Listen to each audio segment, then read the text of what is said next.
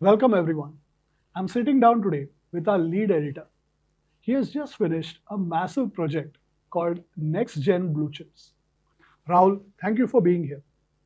Well, thanks for having me. This project is different from anything I've written before.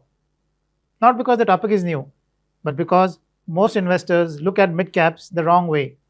I wanted to fix that So let me ask the obvious question. Why mid caps? Why not small caps or large caps? because mid caps offer the single best risk reward ratio in the entire stock market. Let me explain very simply. Large caps are like old, strong trees. They are stable. They'll not fall easily, but they also grow very slowly. The fastest growth is behind them. You buy large caps for safety, not for life changing returns. Small caps, on the other hand, are like seeds. Some become giant trees, most do not. They are exciting, but incredibly risky. One can lose half of invested money very fast. Mid caps are young trees that have already proven they can grow. They are not seeds anymore, but they are also not old and slow. They sit right in the sweet spot. That makes sense. But then why did you need such a big project? Is it not as simple as buy any mid cap? No, that's exactly the mistake most people make. Not all mid caps are equal. In fact, they fall into three very different groups. Tell me about those three groups. So, first, you have shrinking mid caps. These companies are losing their edge. Their market share is falling. Their profits are shrinking. They are on their way down to becoming small caps. If you buy them, you're catching a falling knife. Second, you have static mid caps. These companies are stable. They make a decent profit every year. They are not in trouble, but they also have no vision, no ambition, no real growth. They will stay mid caps forever. You will not lose money, but you will also not build wealth. Third, you have transformational mid caps. Now, these are rare. They have the right leadership, great financials, and a huge market opportunity. They have everything it takes to become the next generation of large cap blue chips. So the whole project is about finding that third group. Exactly. And not just finding them, understanding why they'll make the jump, then buying them at the right time. Not too early, not too late. Before we go deeper, give me a teaser. No names, just performance. How have these transformational mid caps done recently? Well, I'll give you three real examples from the 5 year period between December 20 and December 25. The first is a retail chain. You probably shopped there. It turned affordable fashion into a superpower. It grew from a few hundred stores to well over 1,000. Between December 20 and December 2025, one would have gained nearly 522%. That's almost quintupling one's investment. The second is a technology services firm. It stayed away from low end outsourcing. It focused entirely on cloud, data, and artificial intelligence.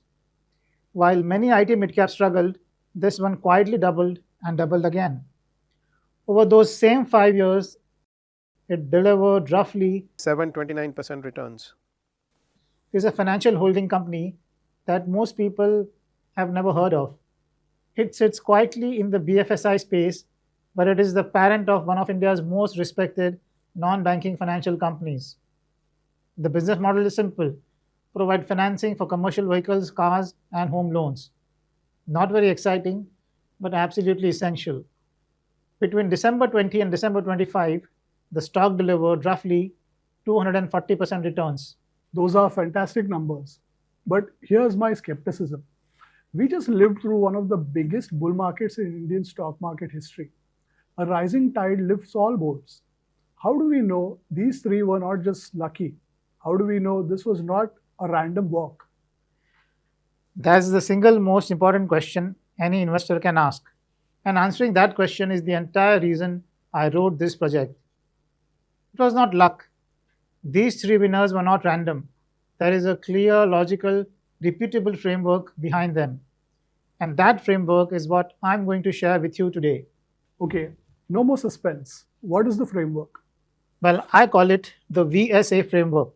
It stands for variation, selection, and amplification. Those sound like biology terms. That's because the idea comes from evolutionary theory, specifically from an author named Aaron Beinhocker and his work on how wealth is created in an economy. But I promise you, I'll explain it in such simple language that a complete novice can understand. Good. Assume I know nothing. All right, forget the stock market for a minute. Think of a small local bakery, just one shop. The baker makes plain white bread. He sells it every day. He makes a small profit, but he's not growing. Now, this baker wants to become rich, so he starts experimenting. He bakes 10 entirely new items: chocolate croissants, spicy puffs, sugar free cookies, almond biscotti, mango donuts, and 5 other wild flavors. He puts them all in his shop and he watches what happens. Some will sell, some will not. Exactly. In fact, most will not. Maybe 8 out of 10 are total flops. Customers try them once and never come back. But 2 items, let us say the chocolate croissants and the spicy puffs, sell out within 30 minutes every single morning. So he has found his winners. Yes, and this is where the framework begins. Now, let me name each stage. So, phase number one is variation. This is the experiment phase. The baker tries many different things. He throws ideas at the wall to see what sticks. Most will fail, a few will work. Phase 2, selection. This is the winner phase. The baker looks at the data. He sees that chocolate croissants and spicy puffs are massive hits. He stops making the 8 failures. He selects the 2 winners. He puts all his energy behind them. Next comes phase 3, amplification. This is the scaling phase. The baker does not keep baking 10 croissants a day in his tiny kitchen. He buys a commercial oven. He hires 10 more staff. He opens 50 new shops across the city. He copies and pastes his winning model everywhere. That is very easy to understand. But how does that connect to stocks? Oh, it connects directly to market capitalization. Let me show you. Now, variation or trying different things is the natural home of small caps. Small caps are constantly experimenting new products, new cities, new business models. It is exciting, but remember, 8 out of 10 experiments fail. If you invest purely in the variation stage, you can lose a lot of money. You are funding raw, unproven ideas that may go bust. Selection or picking the winners is the natural home of mid caps. Mid caps have moved past blind experimentation. They have found their chocolate croissants. They have proven that the product works. Customers are buying. The business model is validated. The downside risk of total failure is gone. Finally, amplification or scaling it up is the natural home of large caps. Large caps are in full scaling mode. They have massive distribution. They have huge factories. They dominate their industry. But here's the trap. If you buy at the very end of amplification, the stock is already expensive. The exponential growth has already happened. You are buying the story after it has been written. So the sweet spot is the intersection of picking the winners and scaling it up. Well, that's the single most important sentence in this entire conversation. The intersection of selection and amplification. That is, doubling down on winners and scaling is where wealth is built. Walk me through why that specific spot is so powerful. Well, 2 reasons. First, the downside risk is eliminated. The company has already proven its business model works. The product is a verified hit. You're not guessing anymore. You're not funding experiments. You're backing a winner. Second, the upside is still massive. The broader market has not yet realized how big this can become. The company has not yet built the giant factories. It has not yet opened stores across the entire country. It has not yet shown the full scale in its financial numbers. So the stock is still priced like a modest mid cap. You're buying a future large cap at a discount. That sounds almost too good to be true. If it is that simple, why does everyone not do it? Well, because I left out one crucial detail. So let me go back to the baker. Remember, he found his two winners, chocolate croissants and spicy puffs. He stopped making the eight failures. That was selection. Now he wants to move to amplification, buy commercial ovens, hire staff, open 50 new shops. But here's what nobody tells you. What's that? The baker tries to amplify. He opens his second shop 2 kilometers away. Sales are okay, not great. He opens a third shop 5 kilometers away. Almost no one buys. His winning product is suddenly losing Why? It worked at the first shop. because the environment changed. The second shop is near a college. Students there hate spicy food. The third shop is in a wealthy neighborhood. Those customers want gluten free, low sugar options. His chocolate croissants feel too heavy for them. His product is still a winner, but the environment no longer selects it. So he cannot amplify just because he wants to. Exactly. And that is the single biggest mistake investors make. They see a company win in one environment, say low interest rates or work from home or a specific city, and they assume that winning product can be copied and pasted everywhere. They buy the stock at the start of amplification and then nothing happens. The stock goes nowhere for years. So what does the baker do? Well, he stops. He does not buy ovens yet. Instead, he studies the environment before scaling. He asks, what do customers in different environments actually want? He realizes spicy puffs fail near the college, but sugar free cookies, one of his earlier failures, suddenly sell there. Why? Because college students want cheap, healthy, grab and go. So his fitness function changed per location. Yes, and that is the fitness function, not a separate idea. It is sort of the gate between selection and amplification. Walk me through it. Sure. In evolutionary biology, a fitness function is simple. This organism lives here, that organism dies here. A lion survives in savanna but dies in Alaska. A polar bear survives in Alaska but dies in savanna. In business, this product scales in this environment, that product dies in this environment. The baker cannot move from selection, which is I have a winner, to amplification, which is I'll scale it everywhere, unless he first asks, is my winner fit for the new environment I'm about to enter? If the answer is no, he does not amplify. He goes back to variation, bakes new products for that college neighborhood, finds their version of a winner, then amplifies. So the VSA framework is not a straight line. It loops back through fitness. Precisely. VSA tells you the stages. Fitness tells you when you're allowed to move forward. Without fitness, you try to amplify a winner that only wins in one room. With fitness, you build a winner that wins across many rooms. That is why the two ideas are not separate. VSA is the map, fitness is the compass. You need both to go from a small bakery to 50 shops without going bankrupt on shop number 3. That makes complete sense. So now take me to the real world. What are the biggest environmental forces changing India right now? 3 forces, and they are enormous. First, technology.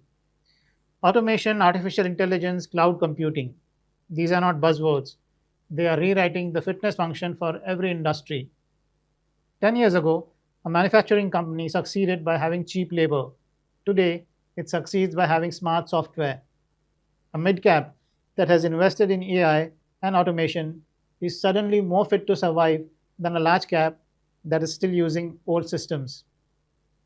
Second, consumer preferences. The Indian consumer has changed. 20 years ago, people wanted the cheapest possible product. Today, they want trust, speed, and premium quality. They'll pay more for a brand they trust. The fitness function has flipped.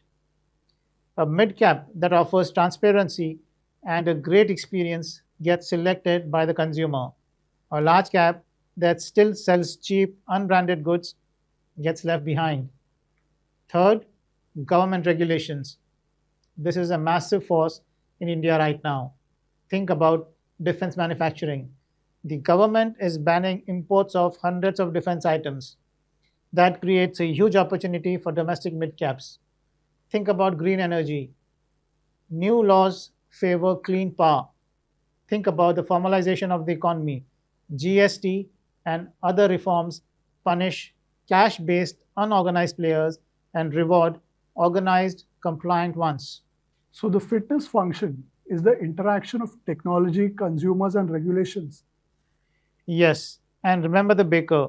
He had to check each new environment before opening a new shop. You, as an investor, have to do the same thing. Your job is to figure out what the new rule book is, the fitness function for a given industry at this exact moment. Then find the mid cap that has already varied its model to match that rule book. That company has cleared the selection stage and proven it is fit to amplify. That is where you invest. That is a completely different way of looking at the market. Most people just look at P ratios and past earnings. Well, those things matter, but they are lagging indicators. They tell you what already happened. The fitness function tells you what is about to happen. That's the difference between following the crowd and getting ahead of the crowd. Let us make this concrete. Can you give me three real world examples of mid caps right now that perfectly adapted to these three environmental forces? One for technology, one for consumer preferences, and one for regulations. Sure. Now, notice the pattern. Each of these companies found its chocolate croissant, just like the baker. But unlike the baker's first failed attempt to amplify, each of these companies checked the environment first. They made sure their winner was fit for the new world before they scaled. That is why they succeeded. The first company is a mid cap IT services firm. So, the old fitness function for IT companies was simple: provide cheap software maintenance. Indian IT firms grew by offering lower cost than American or European competitors. That fitness function is as good as dead. Today, global clients want deep expertise in cloud computing, artificial intelligence, and digital automation.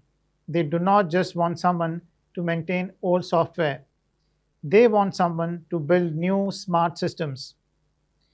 One mid cap IT firm saw this shift early.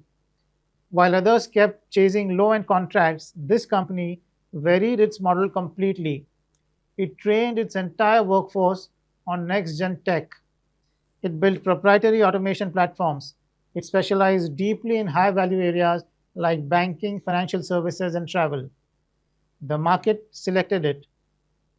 While legacy IT giants struggled with slow growth, this mid cap consistently locked in multi-million dollar deals. And then here is the fitness function at work. It checked the environment before scaling. Was the demand real? Yes. Were clients willing to pay premium prices? Yes. Was the talent pool deep enough? Again, yes. Only then did it enter amplification. It is now hiring aggressively, opening new delivery centers, winning market share from larger, slower competitors. Between December 20 and December 25, it delivered roughly 207% returns. That is the tech one. What about the consumer preferences? So the next one is a mid-cap retail footwear brand. Now, for decades, the Indian footwear market was highly unorganized. Millions of small local shops sold cheap, unbranded shoes. The fitness function favored whoever could offer the lowest price. That has changed completely. Today's Indian consumer is premiumizing. Disposable incomes are rising. People want trusted brands. They want international styles.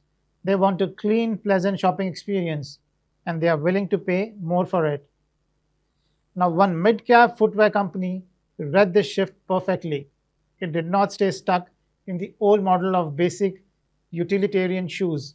Instead, it curated a premium multi brand portfolio. It partnered with international names. It built beautiful large format stores with high footfall. The numbers prove it worked. Its store economics became amongst the best in retail. The consumer had clearly selected it. But here again, the fitness function.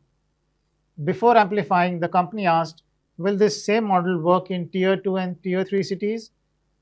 It tested, it adapted, it realized that smaller cities needed slightly lower price points but the same trust and quality. So it tweaked the model.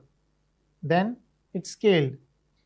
Now it is in full amplification mode, systematically copying and pasting its proven and now fit store model into smaller cities across India. Between December 21 and December 2025, it delivered roughly 162% returns. And the third one, regulation. Well, there's a mid cap green energy company here. In 2020, this company was a steady but unexciting industrial player, mostly serving sugar mills with steam turbines. It was a classic variation stage company, experimenting but not yet a clear winner. Revenue was solid but unspectacular. The market largely ignored it. Then came the global energy transition. Governments worldwide began mandating clean energy adoption. India's push for renewables, waste to energy, and industrial decarbonization created a new fitness function. The rule book changed from who makes the cheapest turbine to who enables clean, decentralized power. The company had spent years quietly building capabilities in high efficiency steam turbines for biomass, waste to energy, and process cogeneration. So, when the environment selected clean energy players, Triveni was perfectly positioned. It had already cleared the selection stage. Its product worked, customers loved it, and margins were expanding. Between December 2020 and December 2025, this company delivered roughly 556% returns. So three different companies, three different environmental shifts, but the same pattern. All three found their chocolate croissant. All three checked the environment before scaling, just like the bakers should have done the first time. All three got selected. All three are now amplified. That is exactly right. And that is why the fitness function is not a separate idea. It is the discipline that separates investors who lose money on shop number 3 from investors who build 50 shops. Let us talk about mistakes. What do most investors get wrong when they try to find the next gen blue chips? Well, two big traps. The first is buying too early, the second is buying too late. Explain both. Sure. Buying too early means investing in the variation stage. You see a small cap with a great story. The management is charismatic. The product seems promising. Everyone on social media is talking about it. So you buy. But remember the bakery. 8 out of 10 experiments fail. Most small caps do not become mid caps. They become nothing. When you buy in variation, you're not investing. You're gambling. You're betting that this particular experiment will be the one that works. Most of the time, you lose. So people get excited by the hype and ignore the failure rate. Yes. And the second trap is the opposite. Buying too late means investing at the fag end of amplification. You see a well known large cap, it has a great brand, it has been growing for 20 years, it feels safe. So you buy. But if the company has already finished its scaling phase, the stock price already reflects all the good news. The exponential growth is over. You might get single digit returns. You might get no return for 5 years. You're buying safety, but you're not building wealth. So the middle, the selection stage, is the only place where risk and reward are both favorable. Exactly. In selection, the company has already proven its model. The failure risk is gone, but the scaling has not yet happened. The market has not yet priced in the future growth. You get the best of both worlds. So how do you know when a company has truly entered selection and is not just having a lucky quarter? Well, that's the art of it. But there are clear signs. First, the company has found a repeatable, profitable business model. It is not jumping from one idea to another. It has settled on one thing that works. Second, the financials show consistency. Margins are stable or improving. Return on equity is high and sustained. Debt is under control. Third, the company has a clear path to scale. The market opportunity is large. The competition is weak or fragmented. The company has a plan to expand without destroying its own margins. When you see all three lining up, you're looking at a transformational mid-cap. Give me a simple checklist. If I'm sitting at my desk right now, what should I look for? 4 questions. Answer them in order. Question number 1: what is the fitness function? Look at the industry. How are technology, consumer preferences, and regulations changing? What is the new rule book for success? Do not skip this step. It tells you what kind of company will win. Question number 2: has this company found its winner?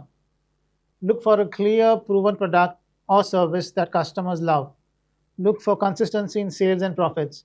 Look for management that is focused, not scattered. Question number 3: is the downside risk gone? Check the balance sheet. Is debt manageable?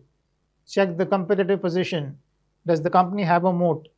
Check the business model. Has it been profitable for several years and not just one lucky quarter? Question number 4: is the market still underestimating the scale? Look at the company's expansion plans. Look at the total addressable market. Is it large compared to the company's current size? If yes, the amplification stage is just beginning.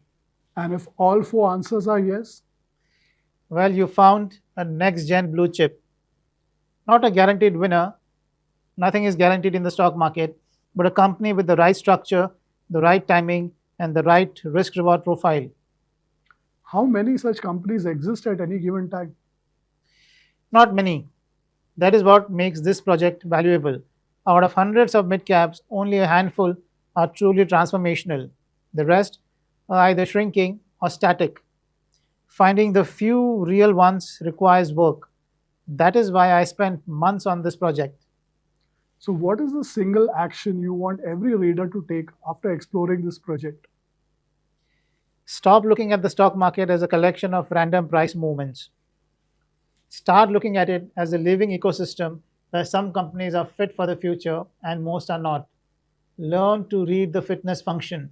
Learn to spot the intersection of selection and amplification. And then be patient. The best opportunities do not announce themselves with loud noise. They show up quietly in mid caps that have already done the hard work of proving their model. Rahul, thank you for this. Thank you for the tough questions. That's it from us for today.